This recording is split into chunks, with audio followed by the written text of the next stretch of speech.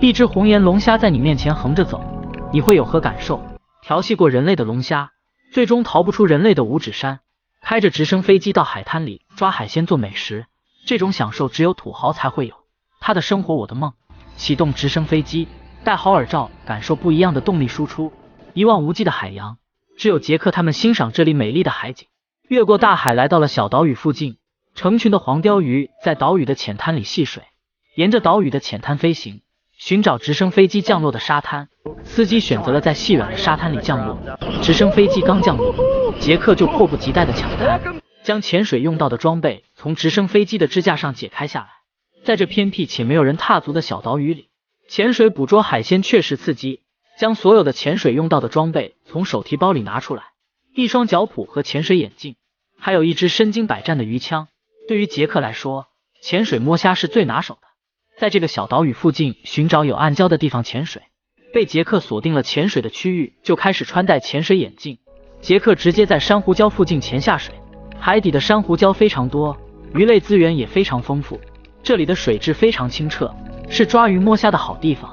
杰克看到这附近的资源非常丰富，内心也非常兴奋。一只不怕死的红颜龙虾在杰克的面前横着走，好在是遇到了杰克，杰克反而嫌弃它太小了，让它好好活着。在珊瑚礁的石缝里非常多龙虾，杰克尝试伸手抓住龙虾，龙虾反而倒退到石缝深处。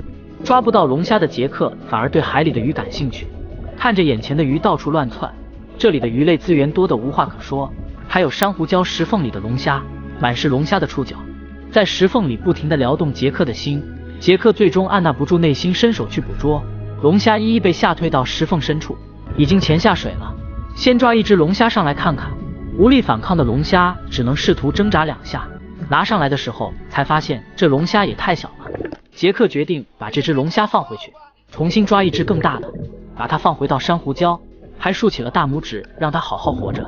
在这附近还发现了一条石斑鱼，回头一望，这里的龙虾到处都是。杰克最终按捺不住自己内心的欲望，直接伸手去捕捉龙虾，龙虾最终被拖了出来。为了对自己的生命尊重，还试图挣扎了2下。来到岸上还给堂哥看，这个比之前那个要大，一只龙虾肯定不够吃。堂哥把鱼枪递给了杰克，拿着身经百战的鱼枪便潜下水，瞄准后扣动扳机，鱼枪直接将鱼刺穿了。兴奋的杰克拿起刚狩猎的鱼，还拿着鱼来一个大合照。这条鱼看样子也有7、8斤重，鱼和龙虾已经抓到了，就回到直升飞机，将鱼放到保温袋里。这辆直升飞机专门为欣赏风景设计的，灵巧且简易的控制系统很容易上手。这全天窗的玻璃让你在欣赏风景的时候非常舒适。直升飞机可以载4个人，脚架还可以放一些潜水装备和鱼钓等。用这辆直升飞机在海岛里探险是最完美的。在这个脚架下面还安置了一个气囊，如果在海里发生紧急降落的时候，可以迅速打开脚架的气囊，让直升飞机直接在海里停靠。杰克对海里的龙虾非常痴迷，打算重新潜水再抓一只大龙虾。大量的龙虾触角从石缝里露了出来，这么多的龙虾直接扰乱了杰克的视线。经过杰克的眼力挑选后，最终锁定了一只比较大的龙虾，伸手抓住了龙虾的触角，被杰克硬生生从石缝里拖了出来。抓出来的龙虾体型还是不错的，在海底拍摄的视角非常漂亮。这红颜龙虾的体型轮廓非常鲜明，杰克决定将这只龙虾炭烤来吃。时间已经到了中午，也已经玩饿了。堂哥开始收拾东西，坐上直升飞机去到有木材的地方烧烤。这就是土豪的生活，开着直升飞机去赶海，越过了整个岛屿，映入眼帘的是另外一个岛，从细软的沙滩飞过，来到了岛屿的中央，将直升飞机停下，在附近就开始生火做美食。这里的沙土是土黄色的，植被也不多，是烧烤的好地方。杰克从附近捡来了海藻的细棉，堂哥和司机在附近搜索干柴树枝，枯燥的木头树枝是烧烤的好材料，将大大小小的木头分成好几堆。杰克还在附近捡来了羊骨头，将羊头放到火堆附近，也表示了自己是在荒野求生。木头已经叠放好，也放了汽油，将海藻团点着，把它放到火堆里，火一下就升起来。这就是杰克的口头禅，火已经升起来了，就开始解剖鱼。